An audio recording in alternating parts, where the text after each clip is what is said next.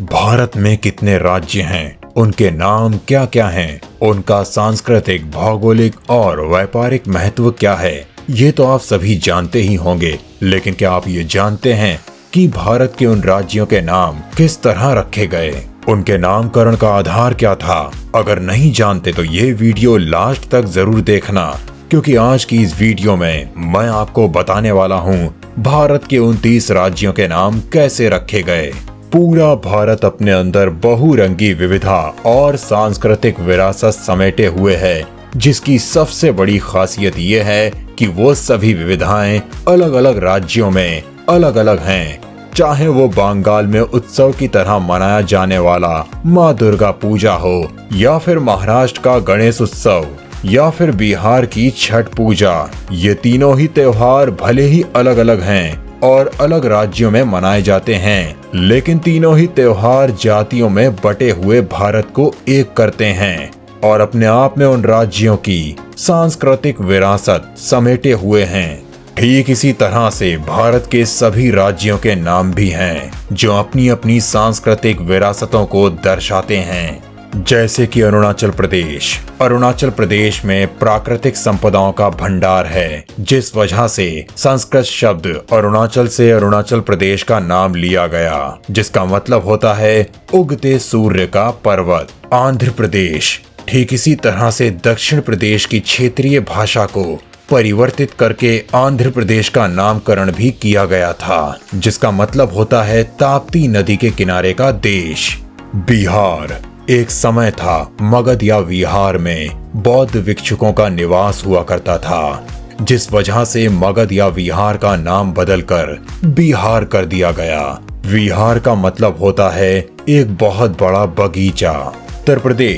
उत्तर प्रदेश के नाम से ही पता चलता है कि इस प्रदेश का नाम उत्तर प्रदेश क्यों रखा गया। उत्तर प्रदेश राज्य भारत में उत्तर दिशा में होने की वजह से इसका नाम ये रखा गया। असम, प्राकृतिक और सांस्कृतिक सुंदरता से भरपूर असम राज्य का नाम वहां के एक राजा अहोम्स के नाम पर रखा गया था। गुजरात, असम की तरह गुजरात का नाम भी वहां के एक शासक गुजरों के नाम पर रखा गया था। गुजरात भारत सहित पूरी दुनिया में डांडिया की वजह से जाना जाता है। छत्तीसगढ़, कुछ सालों पहले मध्य प्रदेश से अलग होकर एक अलग प्रदेश बना छत्तीसगढ़, जिसका नाम वहां पर मौजूद 36 किलों से प्रेरित होकर रखा गया था।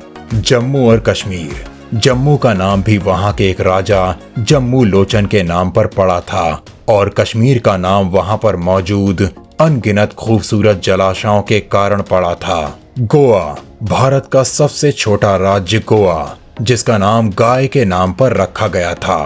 केरल, कथकली नृत्य पूरी दुनिया में मशहूर है, जो कि केरल की सांस्कृतिक विरासत है। भगवान परशुराम ने केरल की धरती को समुद्र से निकाला था, जिसके बाद उसका नाम केरल पड़ा था। हरियाणा का नाम हरि और याणा को मिलाकर पड़ा।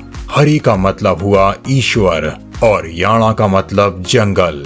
झारखंड, कुछ सालों पहले बिहार से अलग होकर एक नया राज्य बना। झारखंड का नाम भी दो नामों से मिलाकर बना, झार और खंड। झार का मतलब हुआ घने जंगल और खंड का मतलब हुआ टुकड़ों में धरती। हिमाचल प्रदेश के नाम से ही आप समझ गए होंगे कि हिमाचल प्रदेश के नाम का अर्थ क्या होता है। हिमाचल का मतलब हुआ बर्फ की पहाड़ियों का घर और हिमाचल प्रदेश में अनगिनत पहाड़ियां हैं जो बर्फ की चादर से ढकी हुई हैं।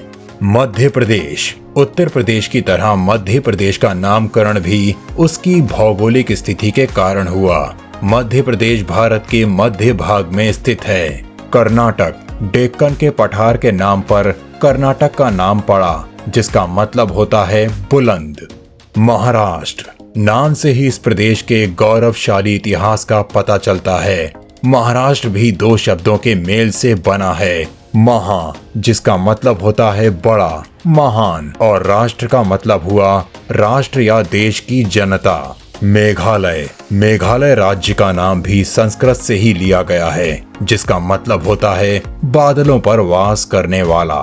मणिपुर, मेघालय की तरह मणिपुर को भी संस्कृत के शब्द से प्रेरित होकर नाम मिला है, जिसका मतलब होता है आभूषणों से सुसज्जित। मिजोरम राज्य का नाम वहाँ की क्षेत्रीय भाषा से प्रेरित होकर रखा गया है। मी का मतलब होता है लोग और जो का मतलब होता है ऊंचा। ओडिशा राज्य का नाम ओद्रा लोगों के नाम पर रखा गया है। नागालैंड के नागा को नका से लिया गया है, जिसमें नाक कान के सब छिद्र होते हैं। तमिलनाडु विश्व की सबसे प्राचीन भाषाओं में से एक बोली जाने वाली भाषा तमिलनाडु में बोली जाती है, जिसके आधार पर तमिलनाडु का नाम रखा गया। सिक्किम का नाम भी वहाँ की बोली जाने वाली क्षेत्रीय भाषाओं के नाम पर रखा गया। सी का मतलब होता है नया।